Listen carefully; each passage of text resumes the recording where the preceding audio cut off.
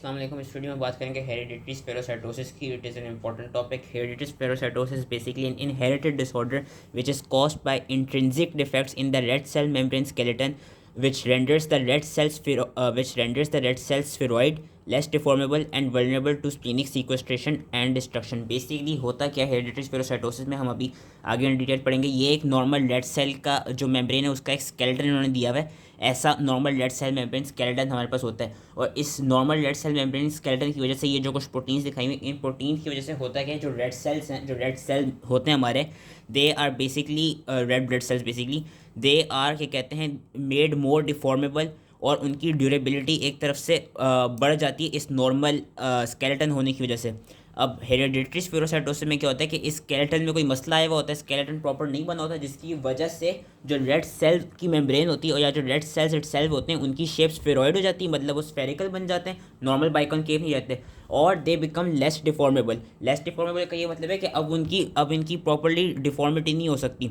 Normally इनकी deformity हो जाती है, जिसकी वजह से ये आराम से स्प्लीनिक कॉर्ड्स के थ्रू गुजर जाते हैं। अब जब इनकी डिफॉर्मिटी नहीं हो पाएगी, जब ये ड्यूरेबिलिटी इनकी खत्म हो जाएगी, या इलास्टिसिटी कह लें एक तरफ से वो खत्म हो जाएगी, तो उसकी वजह से क्या होता है कि वो स्प्लीनिक कॉर्ड्स में फंस जाते हैं, वहाँ पर ट्रैप हो जाते हैं, जिसकी वजह से it leads them to be vulnerable to splenic sequestration, कि स्प्लीन उनको ख़त्म कर लेता है एंड उनकी डिस्ट्रक्शन करा देता है, जिसकी वजह से फिर हमको अनीमिया भी इस केस में मिलता है। तो इसी की हम बात करेंगे। सबसे पहले हम बात कर लेते हैं पैथोजेनेसिस में इसके नॉर्मल स्ट्रक्चर की। और नॉर्मल स्ट्रक्चर पढ़ने से पहले मैं बता दूं, जो हेरिडिटरी स्पेरोसाइटोसिस होता है normally 75% of the time autosomal dominant cases में देखा जाता है। कुछ ऐसे सिवियर केसेस भी होते हैं जहाँ पे हमको कंपाउंड हेट्रोजाइगोसिटी मिलती है। Compound heterozygosity is basically a state जिसमें जो दो एलील्स हैं, उन दोनों एलील्स पर डिफरेंट म्यूटेशन हो जाए, that would lead to compound heterozygosity. तो हम बात करते हैं सबसे पहले इसकी हेरिडिटरी स्पेरोसाइटोसिस के सॉरी रेड ब्लड सेल की जो मेम्ब्रेन स्केलेटन है उसके नॉर्मल स्ट्रक्चर की। नॉर्मली ये देखा गया है कि जिसकी वजह से ये ज़्यादा ड्यूरेबल और डिफॉर्मेबल होता है। नॉर्मली एक प्रोटीन होती है जिसका नाम होता है स्पेक्ट्रिन। स्पेक्ट्रिन के पास होते हैं दो पॉलीपेप्टाइड चेन्स, अल्फा और beta. As we can see alpha और बीटा जो कि हेलिकल पैटर्न में होते हैं, हेट्रोडाइमर्स बना रहे होते हैं।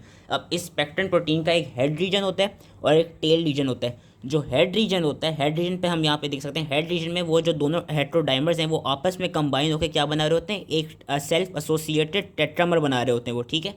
हेड रीजन में स्पेक्ट्रिन का जो हेड का रीजन है, वहाँ पे ये दोनों हेट्रोडाइमर्स आपस में मिलके टेट्रामर बना रहे हैं और अपनी सेल्फ एसोसिएशन से बना रहे हैं। वेरस जो टेल रीजन होते हैं, टेल के रीजन पे ये देखा गया कि जो स्पेक्ट्रिन होती है, स्पेक्ट्रिन के जो हेट्रोडाइमर्स हैं, these basically bind with actin oligomer. ये एक्टिन का ओलिगोमर दिखाया हुआ है यहाँ पे। एक्टिन ओलिगोमर के साथ ये स्पेक्ट्रिन के डाइमर्स और स्पेक्ट्रिन के टेट्रामर्स बेसिकली बाइंड करते हैं, और ये हमको किधर मिलते हैं, ये हमको टेल रीजन में मिलता है। अब होता क्या है कि जो स्पेक्ट्रिन और एक्टिन है, स्पेक्ट्रिन और actin as we can see, ये सेल मेम्ब्रेन से किस तरह बाइंड हुई होती हैं। बेसिकली ये दो तरह की इंट्रैक्शन से सेल मेम्ब्रेन से बाइंड हुई होती हैं। एक ये वाली इंट्रैक्शन होती है जिसकी वजह से हम देख सकते हैं स्पेक्ट्रिन सेल मेम्ब्रेन से एक तरफ से कनेक्टेड है, और एक ये वाली इंट्रैक्शन होती है जिसकी वजह से हम देख सकते हैं कि spectrin and actin both are connected to your cell membrane, the cell membrane of red blood cells. पहली वाली हम इंट्रैक्शन की बात कर लेते हैं। पहली वाली इंट्रैक्शन में क्या देखा जाता है, पहली वाली इंट्रैक्शन में देखा जाता है कि स्पेक्ट्रिन के साथ एंकायरिन होती है, एंकायरिन के साथ एक बैंड 4.2 प्रोटीन होती है, और ये एंकायरिन और बैंड 4.2 स्पेक्ट्रिन को किससे बाइंड करा रहे होते हैं, ये बेसिकली एक ion trans membrane ion transporter होता है जिसका नाम होता है बैंड 3। ये नाम हमको याद रखने होंगे। यहाँ पे इनकी क्या होती है, इन बाइंडिंग की वजह से ये स्पेक्ट्रिन जो है वो सेल मेम्ब्रेन से बाइंड कर रहा होता है। फिर से मैं रिपीट कर रहा हूँ, जो स्पेक्ट्रिन है, स्पेक्ट्रिन बाइंड किया हुआ है एंकायरिन से, एंकायरिन और क्या कहते हैं band 4.2, these two are basically your proteins. Ankyrin is protein, band 4.2 is protein, and these proteins are binded to band 3 which is your trans membrane ion transporter present inside a lipid bilayer membrane. तो इसके through एक तो interaction हो रही होती है जिससे cell membrane से कनेक्टेड है। दूसरी इंट्रैक्शन यहाँ पे होती है, यहाँ पे क्या होता है कि जो एक्टिन के ओलिगोमर्स हैं और ये जो हेट्रोडाइमर्स हैं स्पेक्ट्रिन के, these are bounded with band 4.1 protein. और बैंड 4.1 प्रोटीन क्या करा रही होती है, ये जो हमारे पास ग्लाइकोप्रोटीन प्रेजेंट है, जो ट्रांस मेम्ब्रेन ग्लाइकोप्रोटीन प्रेजेंट है जिसका नाम होता है ग्लाइकोफोरेन ए, इसके साथ यहाँ पे टीएल रीजन में बेसिकली इसके साथ यहाँ पे बाइंड करा रही होती है। तो ये दो इंट्रैक्शंस होती हैं, एनकायरिन बैंड 4.2 बैंड 3 की, और बैंड 4.1 एंड ग्लाइकोफोरेन ए की। ये हमको इंट्रैक्शन याद रखनी थी। मेन जो इंट्रैक्शन याद रखनी होगी वो ये वाली इंट्रैक्शन याद रखनी होगी। ये देखा गया कि एक तो हेरिडिटरी स्पेरोसाइटोसिस में बहुत सी डाइवर्स म्यूटेशंस होती हैं जिसकी वजह से अगेन ये जो स्केलेटल स्ट्रक्चर होता है ये ख़राब हो जाता है, जब स्केलेटल स्ट्रक्चर ख़राब हो जाता है तो उसकी वजह से ये देखा गया कि जो रेड ब्लड सेल्स का लाइफ साइकिल होती है वो भी इतनी डिक्रीज हो जाती है।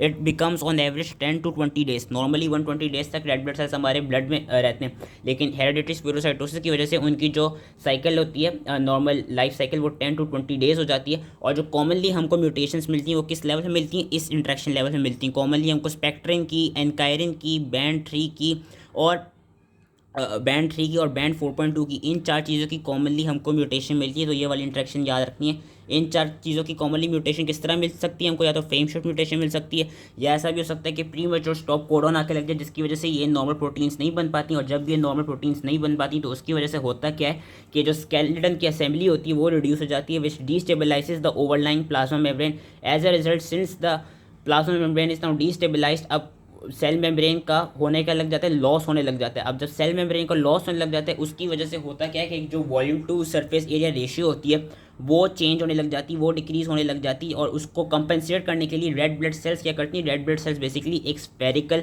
स्ट्रक्चर अपना लेती हैं ताकि वो उस डिफेक्टिव मेम्ब्रेन के साथ सर्वाइव कर सकें, लेकिन उनका सर्वाइवल ऑब्वियसली डिक्रीज होता है, 10 to 20 डेज तक होता है। तो ये सारी स्टोरी चल रही होती है और इसका जो फ्लो चार्ट है वो हम यहाँ से याद कर सकते हैं। बेसिकली ये पूरी पैथोजेनेसिस है कि प्राइमरी मेम्ब्रेन स्केलेटल डिफेक्ट हुआ due to any mutation which decrease the membrane stability. As a result membrane का लॉस हुआ कुछ जगहों पे, and that decrease the surface to volume ratio which leads to spherocytosis. और deformability भी decrease हो गई। स्फेरोसाइटोसिस इसलिए हुआ ताकि red blood sales easily survive कर सकें।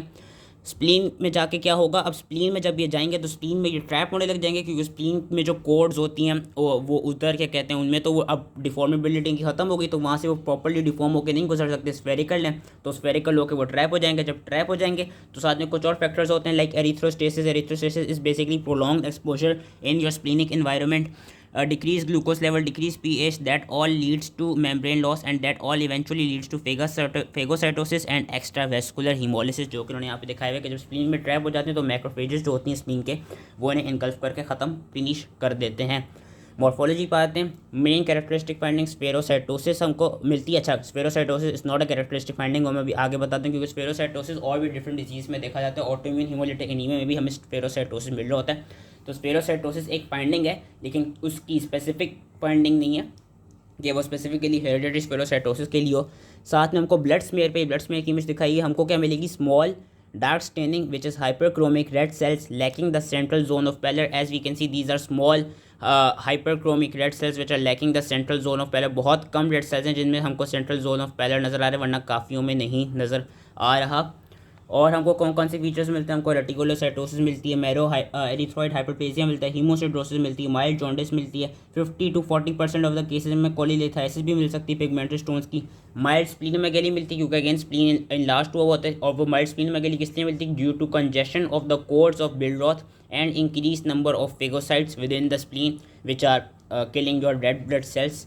क्लिनिकल फीचर्स क्या होते हैं, एक तो हम फैमिली हिस्ट्री के थ्रू डायग्नोस करते हैं क्योंकि इनहेरिटेड पैटर्न होता है, हीमेटोलॉजिक फाइंडिंग्स के थ्रू और लेबोरेटरी एविडेंस के थ्रू भी हम फाइंड करते हैं, डायग्नोस करते हैं। सॉरी, इस कंडीशन को ये भी देखा गया कि जो ये वाले स्फेरिकल जो रेड सेल्स होते हैं they are abnormally sensitive to osmotic lysis when they are put in या when they are incubated in hypotonic salt solution. जब हाइपोटोनिक सॉल्ट सोल्यूशन में जाते हैं तो बाय द क्या कहते हैं लॉज ऑफ ऑस्मोसिस होता है क्या है कि इनकी क्योंकि स्फेरिकल शेप होती है तो ये ज़्यादा ईजिली फट जाते हैं ऑस्मोसिस की वजह से। और ये भी देखा गया कि जिनको हेरिडिटरी स्फेरोसाइटोसिस होते हैं उनमें MCHC mean cell haemoglobin concentration जो है वो बड़ी भी होती है, and it is increase due to dehydration which is caused by loss of potassium and water. Clinical features क्या मिलते हैं, एनीमिया, स्प्लीनोमेगैली, जॉन्डिस। जो कंपाउंड हेट्रोजाइगोट वाली स्टेज होती है वो यूजली बर्थ के लेवल पर डिटेक्ट हो जाती है, उसमें मार्क जॉन्डिस होता है and they require exchange transfusion. Where 20 to 30% of the patients होते हैं दे आर एसिम्टोमेटिक, और उनमें कंपेंसेटरी जो मैकेनिज्म्स होते हैं वो एक तरफ से बंदे को कह लें नॉर्मल रख रहे होते हैं, लेकिन उन इंडिविजुअल्स में क्रॉनिक हीमोलिटिक एनीमिया देखा जाता है। जो एसिम्टोमेटिक होते हैं और जिनमें कंपेंसेटरी मैकेनिज्म हो रहे होते हैं उनमें आगे जाके दो तरह के क्राइसिस आ सकते हैं, एक तो हीमोलिटिक क्राइसिस जो कि इतने ज़्यादा डेंजरस नहीं होते, और एप्लास्टिक क्राइसिस। एप्लास्टिक क्राइसिस में ये देखा गया कि उन लोगों को एक्यूट पेरोवायरस का इन्फेक्शन हो जाता है, and this parovirus infection is dangerous because it infects and it also kills the red cell progenitor cells. Since it kills the red cell progenitor cells, तो उसकी वजह से जो रेड सेल्स होते हैं एक तो वो बन भी नहीं पा रहे होते सही से, और उनकी लाइफ साइकिल भी इतनी छोटी हुई होती तो वो एक तरफ से लीथल कंडीशन हो जाती है इंडिविजुअल के लिए। ए प्लास्टिक क्राइसिस थोड़ा डेंजरस होता है, हेमोलिटिक क्राइसिस इतना डेंजरस नहीं होता। गॉल स्टोन्स मैंने बता दी कुछ लोगों में देखे जाते हैं। Splenectomy I think I said before, या if I didn't said before तो मैं अभी कह देता हूँ। स्प्लीनेक्टमी ज़्यादातर देखा जाता है कि स्प्लीनेक्टमी हम इंडिविजुअल्स की कराते हैं क्योंकि splenectomy it treats the anaemia and the complications of anaemia. लेकिन स्प्लीनेक्टमी के साथ ये रिस्क देखा गया कि splenectomy increases the risk of sepsis because the spleen acts as an important filter for your blood borne bacteria. So that was all related to hereditary spherocytosis. I hope ये समझ आ गया हो। Thank you.